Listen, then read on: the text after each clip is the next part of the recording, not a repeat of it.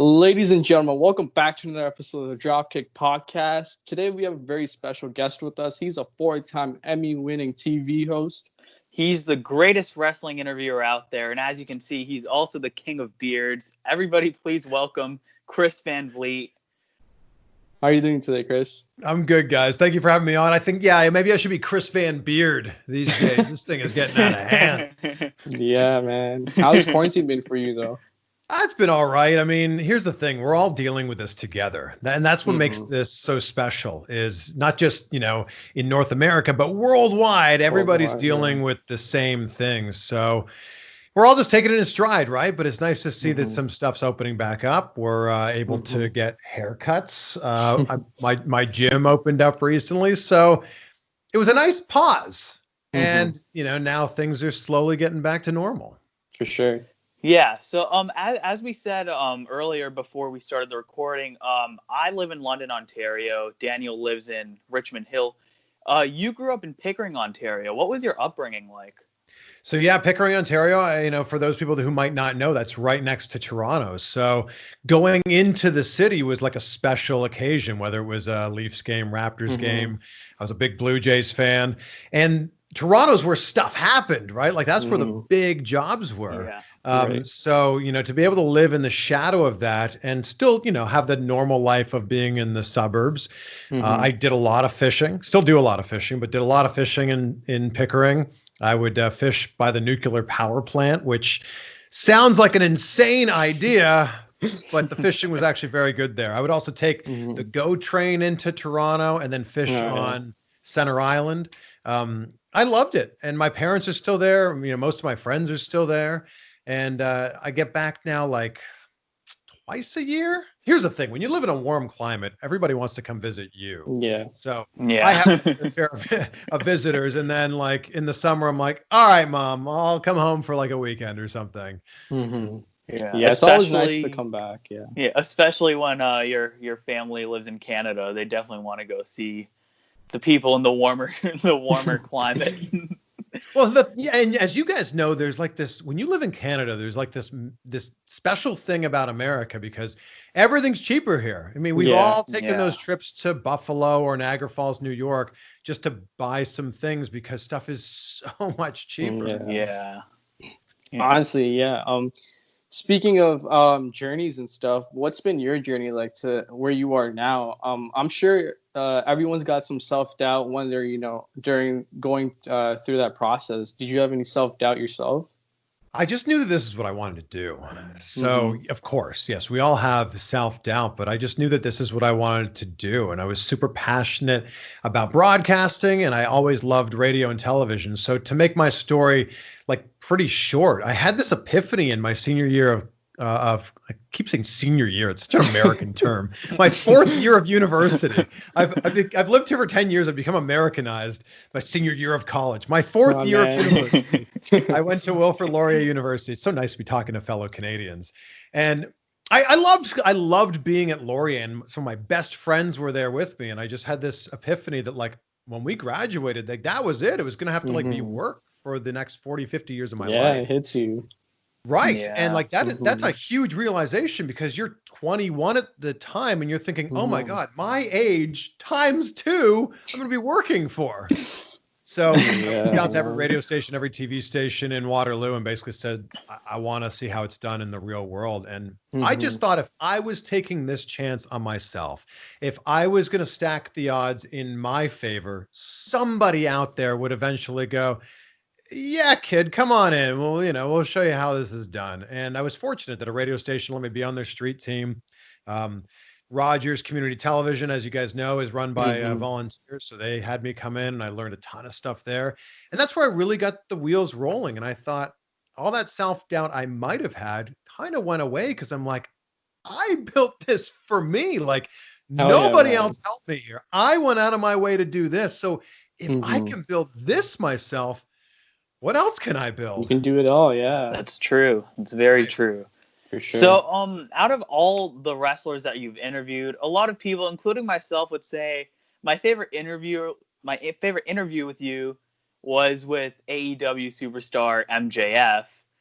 So my question is, he's a pretty interesting guy. What was going through your head during that interview, and would you dare to interview MJF again? Well, I'm glad to hear that's your favorite interview. That's my least favorite interview.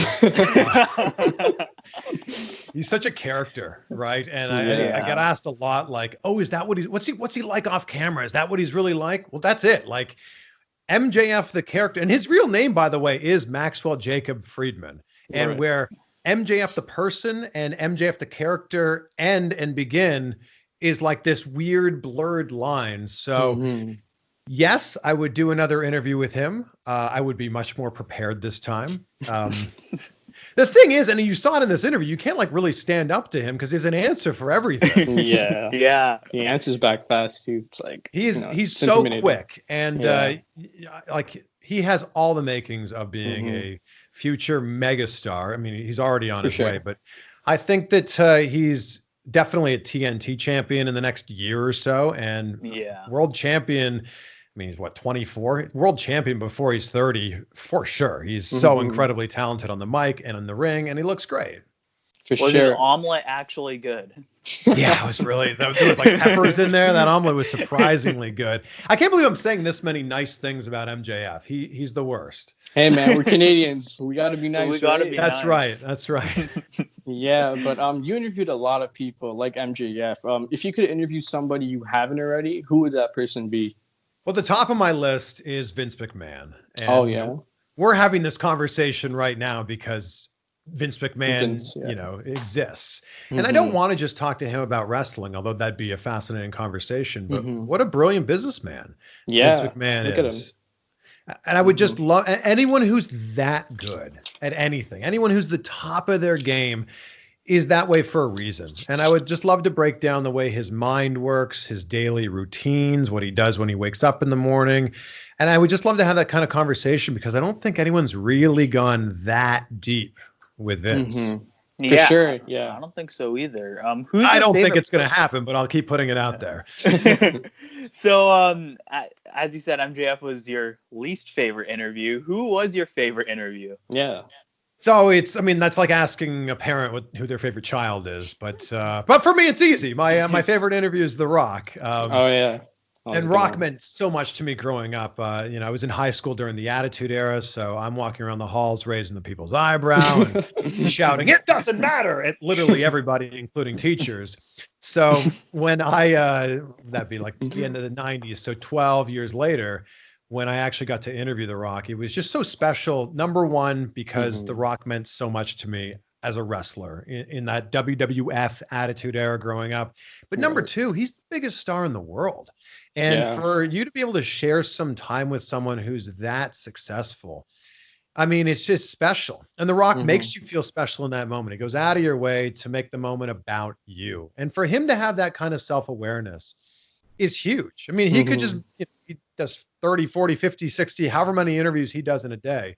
It'd be so easy for him to just blow it off as, there's another 5 minutes I'm spending with this person. Yeah. But he takes his time to make it a special moment for you. And, you always hear the phrase, never meet your heroes. Well, what happens to be Dwayne Johnson? You should absolutely meet your hero. For sure. Yeah, absolutely.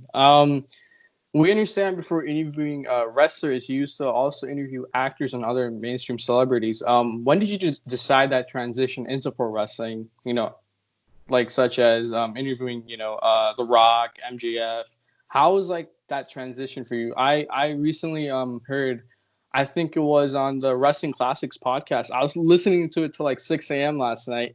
Wow. And then another fellow Canadian. Yeah, absolutely.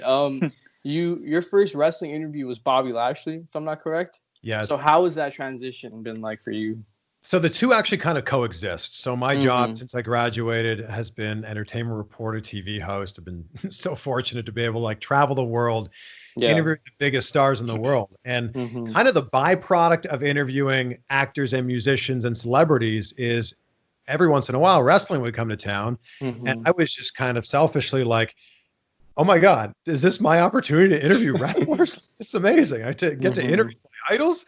That's how it started. The Bobby Lashley interview was in 2007 when he was the ECW champion. Yeah. And I just asked my boss, I said, WWE's coming to town. I mean, we interview musicians and actors all the time. How would you feel about a wrestler? Oh, yeah, we've had wrestlers on the show before. I'm like, hold on. You're telling me. We got something here, yeah. You're telling me I can, like, hang out with a wrestler and we'll put it on TV? Yeah, sure. See if we can set something up. That's how it kind of began. It was I was doing 95% of my interviews with celebrities for the TV shows that I was working for. And then every time wrestling would come to town, we'd do an interview with the Raw or SmackDown superstar or Ring of Honor star, Impact Wrestling star, whatever it happened to be. And we'd put like the tiny little snippet on TV of like, Raw's in town, tickets start at $20. And I thought, well, if I'm here with a superstar that I absolutely idolize, I got to ask them all kinds of questions. I can't just stand here with Mick, for example, and not ask him about Hell in a Cell or ask him about, his great matches with The Rock or whatever it happened to be.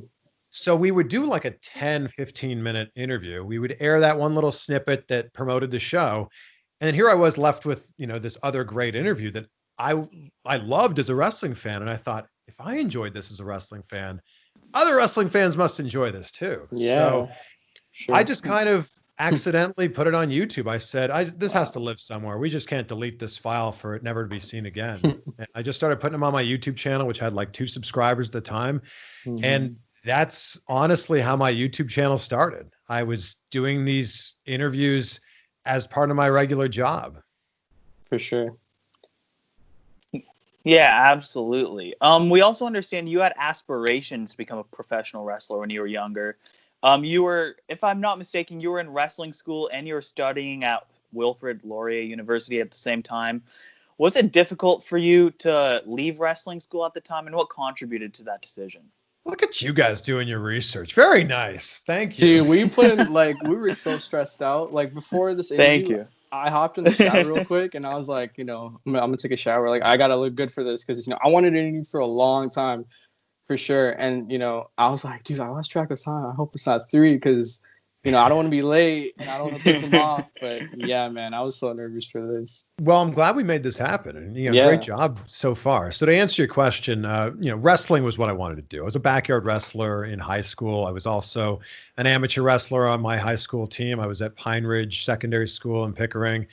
And I wanted to be a pro wrestler. And that was it. That was my dream. But I was going to school for communication studies. And you can't really do both. You can't put all your time and effort into both. It's just not possible. And I thought wrestling's always going to be there. I was 2 years into university at the time, and I was training that summer. So it was the summer between my second and third year.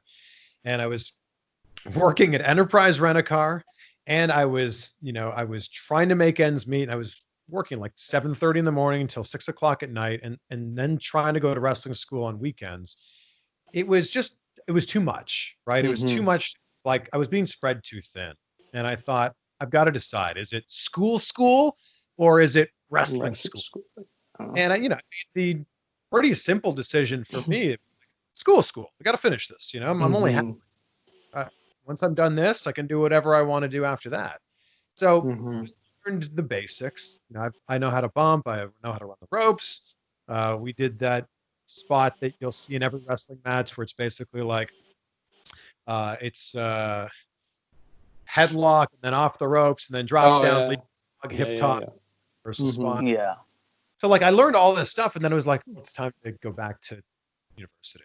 And I thought this will always be there for me, and it was. And when I worked in Vancouver for a year, I went to wrestling school and did a TV segment there.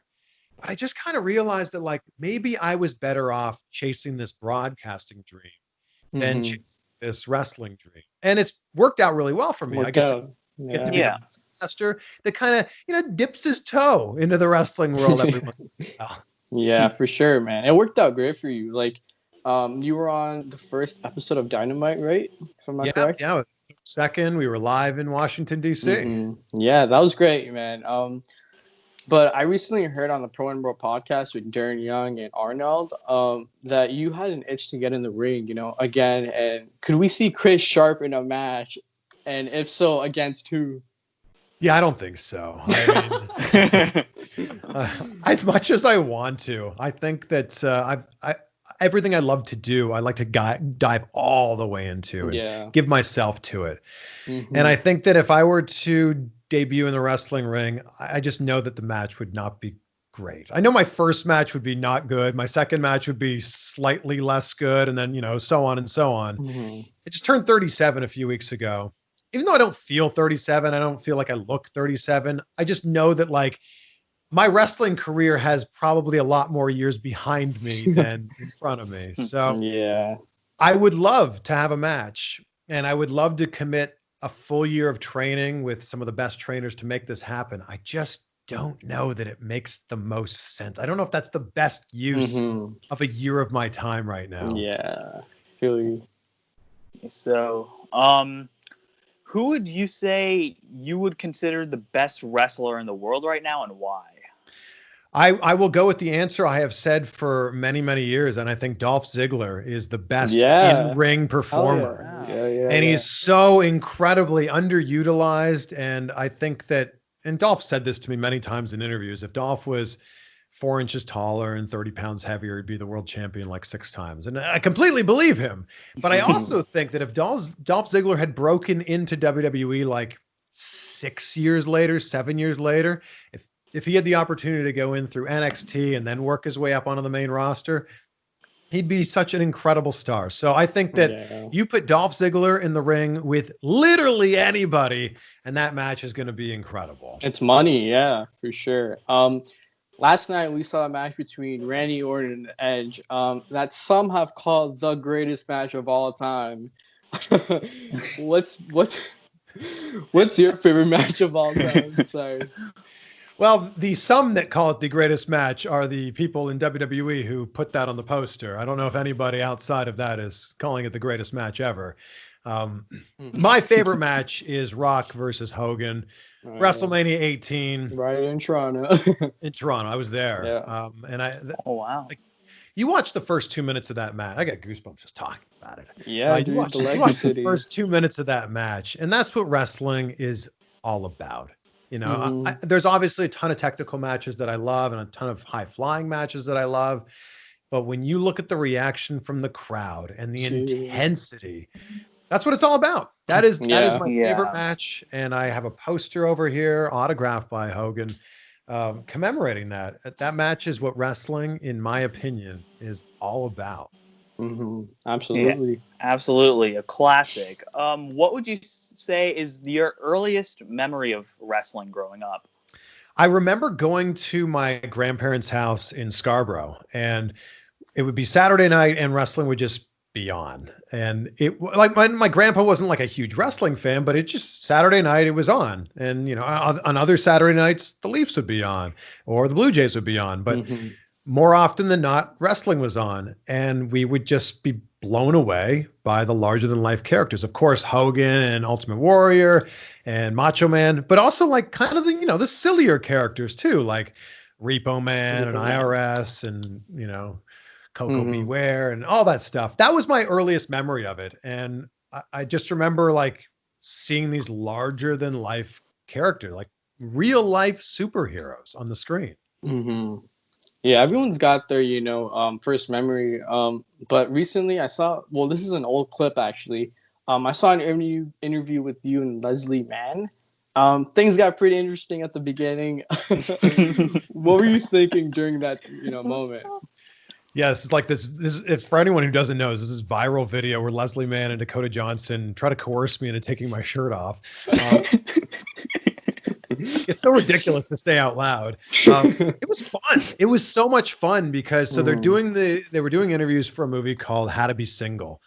And I was like waiting outside, and the way these interviews work is they're sitting in a hotel room, and every 4 minutes a new reporter goes in and has a quick 4-minute interview with them. And then, they keep cycling through this process. So everyone that had gone in before me, they were like, good luck with that one. Like they're not having any fun. And I'm like, oh, okay. And I prepared like, we just have fun. The movie was fun. It was a comedy. And the second I walked in the room, Leslie Mann was just, she, in her words, she said I was a breath of fresh air. And she starts trying to set me up with her makeup artist and hot guy alert. And I'm like, I want to see how far I can roll with this. And I worked for a really fun TV show called Deco Drive that like loved this kind of like outside of the box, like questioning. So I'm like, I wonder how far I can roll with this. Yeah. So they kept, giving it, pushing, back at me, and I kept pushing back at them, and it was just fun.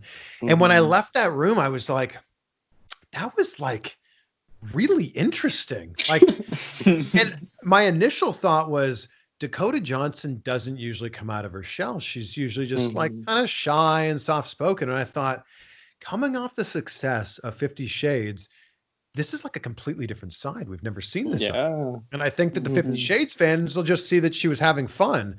So those were the first people to kind of pick up on it.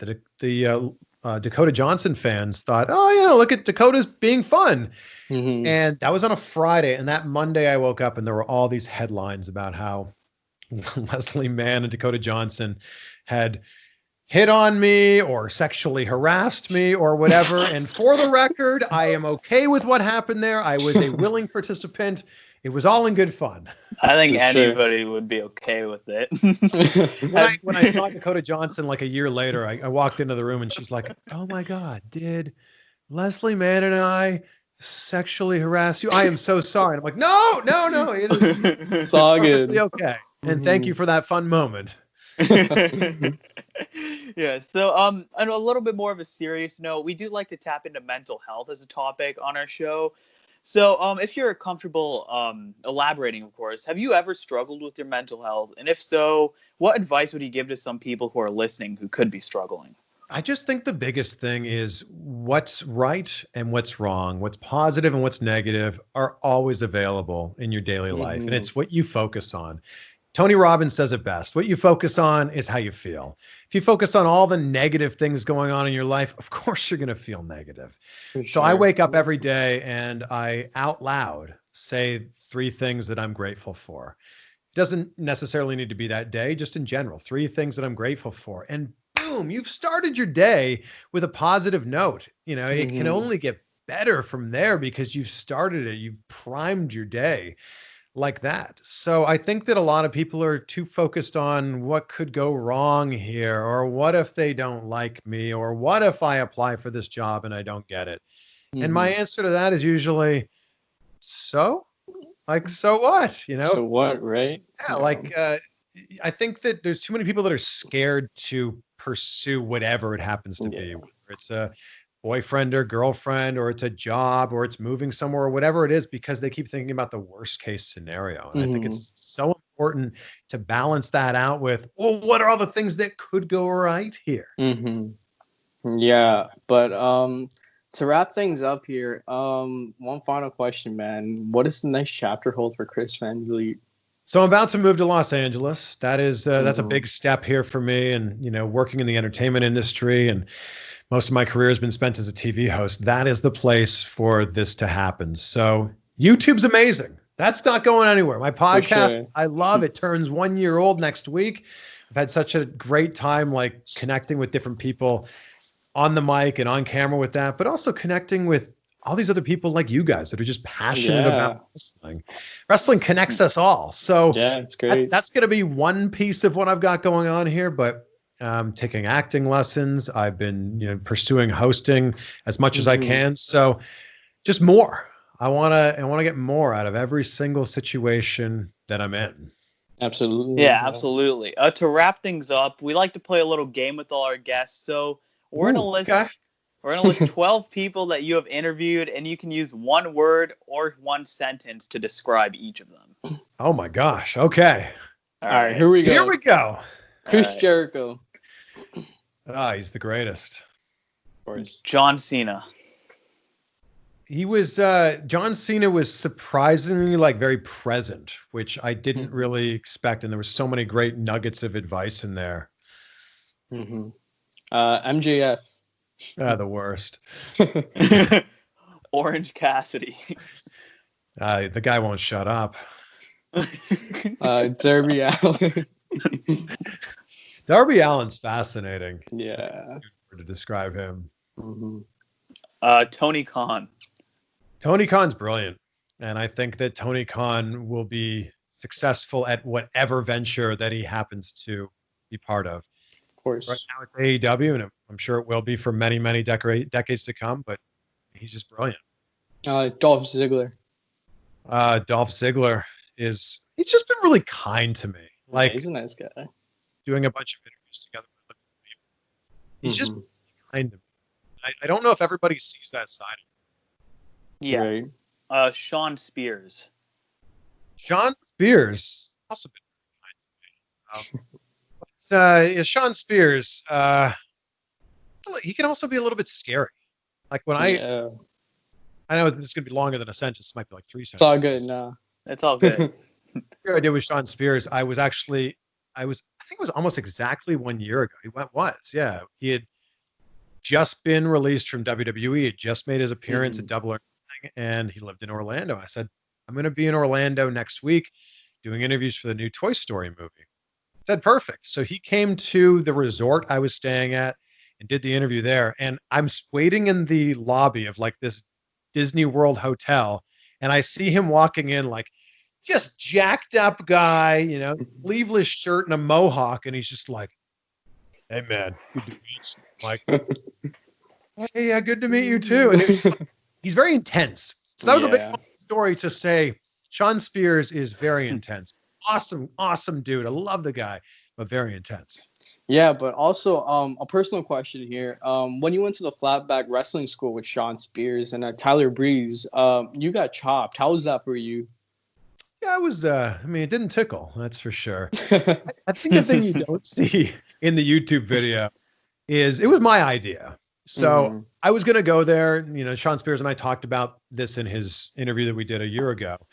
And I said, I want to come to the wrestling school, take some bumps, run the ropes, just let people know that flatbacks exists. And he goes, well, at the end, I'm going to give you a chop. And I'm like, yeah, all right, sure. I can take a chop. I said, it'd be more interesting if you lined all your students up and had each one of them chop. And he's like, dude, are you sure? And I'm like, it'll make for a great video. And I immediately regretted that after like the third chop. Oh my God. Yeah. That chest, dude. I thought like something like crazy happened, and I watched the video. I'm like, this isn't bad. And I get to like a couple minutes in, and it's just like, I had a lot of people I posted the video as like a premiere, and so I was sitting there for like almost 24 hours with just the thumbnail, and I had so many people being like, you photoshopped this picture and this is fake. I'm unsubscribing to you. I'm like, no, like that's what my chest like currently looks like. I didn't Photoshop anything. And then by the time the video ended, everyone's like, I'm so sorry for calling you a liar. Oh my God. Yeah, but back to the names. The Rock. The Rock is the greatest human you could meet, and he's so incredibly successful. And I think that if we could all just kind of take a little piece of advice from what The Rock has created, if we could just take 1% of that, I think we'd all be super successful. Yeah, he's really humble, actually. Having all the success and staying still, humble to his fans and everyone. It's really great. Yeah. He's very aware of where he came from. Yeah. Absolutely. My favorite right now, Jon Moxley. Jon Moxley was such an interesting interview because and he says it in the interview. He's very upfront with me. He's like, "You're my last interview of the day.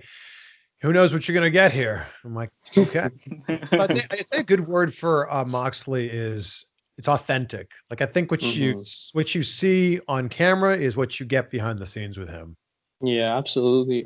Goldberg was so what a great dude. Yeah. My answer for all these is just, good guy. But my buddy is Goldberg's manager, and that kind of helped bridge the gap there. But we were at this charity event. We're all eating hamburgers off the grill, and I go to my friend. I go, "Do you think Bill would put me up in the jackhammer?" He's like, "I don't know. I'll go ask him." I'm like, "Oh, right now? Okay." And then he goes over. He's like, "Yeah, he'll do it right now." I'm like, okay, well, here's my camera. Can you film this? Like, who does that? That's amazing. Yeah, that sounds really fun. Finally, David Benoit. I'm really excited for his future. Yeah. I think that David Benoit, like all of us, have the option and the ability to do anything that we want to do. Mm-hmm. And I know that David Benoit is looking into wrestling schools, so we could be having the same conversation this time next year, with David Benoit either talking about making his debut somewhere, or maybe he's already made his debut somewhere. So I'm really excited for what the future holds for him. Yeah, I think he's going to be great personally. Can't wait for that. But really taps exciting. into, all that God-given stuff that, he inherited from his father. Absolutely, yeah. But I just want to thank you for taking the time and letting us do this with you. I actually look up to you in a way, in terms of doing these interviews, because I used to watch you for a long time, and I'm like, I gotta get Chris Van Vliet on. Like, he's gotta be one of my guests and stuff. So, oh well, thank you.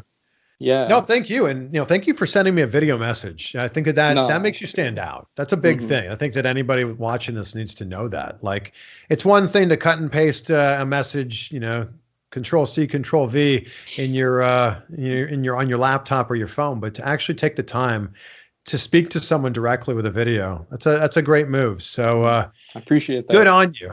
Thanks, man. But I hope you enjoy the rest of your day. And is it possible that we'll see you in the WWE as a possible backstage interviewer? Who knows, right? I don't know. I have no idea. Sure. Anything's possible in the WWE. All right, man. Take it easy. Yeah, you too. Thank you so much, guys. Yeah.